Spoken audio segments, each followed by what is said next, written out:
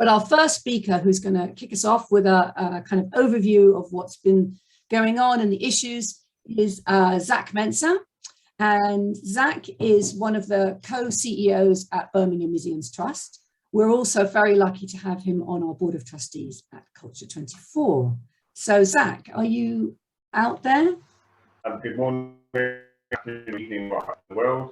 I'm Zak. I'm just going to take a little bit of time to talk through some of the implications, opportunities and challenges that not just my organisation, but we in the sector have been thinking around in terms of all things hybrid. The first thing I wanted to say is that we can't go back. This idea of going back to normal is a myth of us all from pre-2020. The first, time in 2021, in fact, a lot of people were talking about, can't wait to get back. And actually, I've long been concerned about how the old way, we might call it now, wasn't necessarily the best for us as organisations or us as individuals. And I think we've got a real chance now to build a more inclusive organisation. And I do fear this summer, too many of us will just go back to business as usual. But I think that we as workers and as leaders of our organisations know now that our staff just know too much. There is another way of doing things, and I think now that door has been cracked open, it's something that we've all got to grapple with. And until recently, I've been talking about the future of work, when actually it's not really the future of work we're talking about in terms of remote or hybrid or combination. It's actually the present. What we're going through now is a huge disruption that it's been slowly happening. It's just took the pandemic for us to for some of it to catch up. So as an example, I was reflecting on my last trip before lockdown, which was end of January, early February 2020.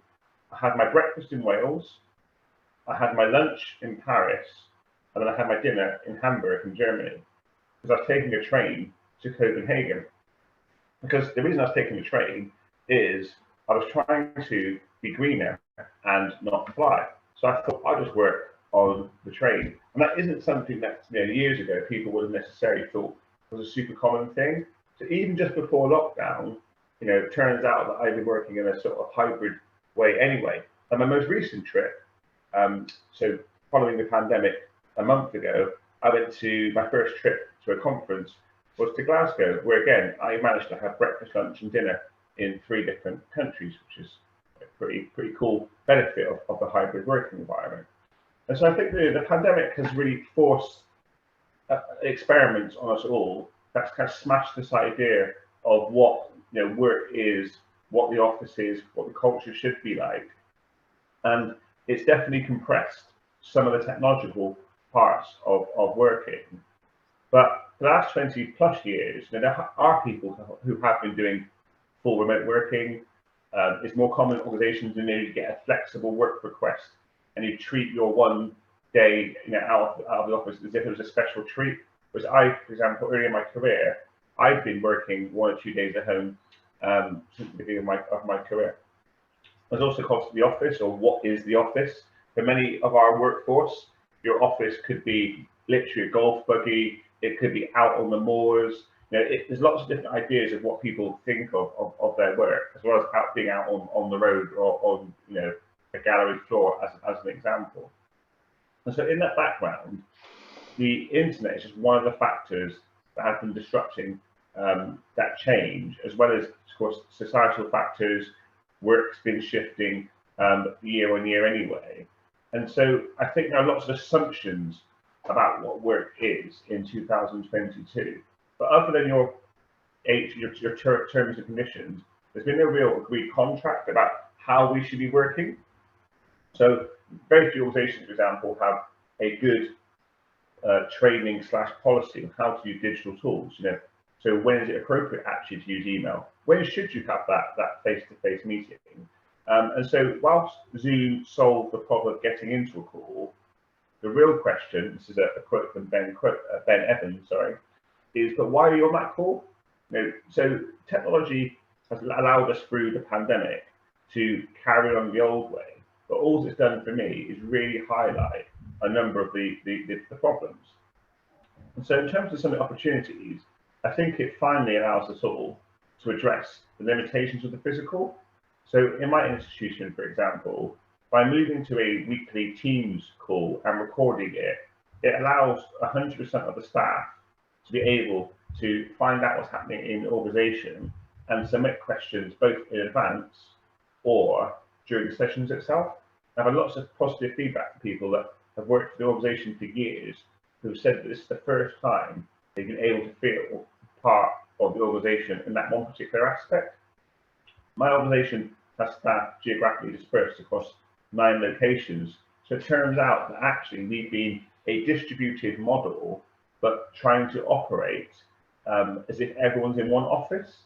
And the modern office has only really been around in its current kind of form as we all think about it, with T12 strip lighting, etc., for about the last 60 or 70 odd years.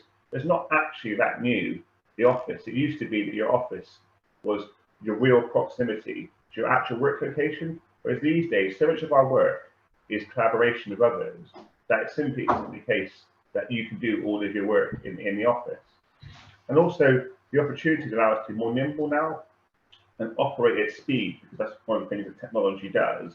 And it might be solving some of our long-term problems about this idea of thinking about how we should best be more inclusive as an organisation across all different types of protected characteristics, but also to be just more supporting of people and working in a more cohesive way with that real work-life balance. I think this idea, and we'll talk about this hopefully in the Q&A and other speakers, is this idea that not everything has to happen face-to-face synchronously. So the use of asynchronous technology, which basically means when you communicate with someone and you don't get an instant reply, I think is one of the biggest disruptive factors for us to be thinking about. And so some of the implications for us are that, knowing that this is a slow burn, how do we as individuals and colleagues actually think purposefully about how we can think of hybrid as a force of good, not just as something that was a mere blip in our working lives, and really think about how we can support people. Because of course, people working from home or some locations is also difficult. In my past work experience, we've had issues, for example, where someone's home environment isn't necessarily a safe environment, and coming to work really is a safe space for them, as well as helping with things like social isolation. So the mental health issues that have been caused during the pandemic will ultimately, for home working at least, be solved. And there's something for us to absolutely be mindful of in the short term. It's not just a case of us talking today about how isn't this technology great and we should use it and not think about everyone else. It's about how we can work in harmony with it. And ultimately, the thing that I always come back to is, how do we get things done? Does it matter if a member of staff works at 4 in the morning instead of working in the afternoon? Does it matter if they all decide to communicate with an online tool such as basecamp.com, for example, for project management, and they never actually meet? Or they decide to meet in different ways because they want to use their time more effectively. I think it's a real challenge for us, but I do think that we're all up for that challenge. And let's remember that the technology is just a small part of that. But let's also focus on our processes and focus on the culture of our organisations and how we can support people. I think we're going to go forward, sideways, and backwards over the next few years, but it's something we absolutely must all face head on, rather than going back to the old way. And at that point, I'm going to stop and look forward to speaking to you all shortly.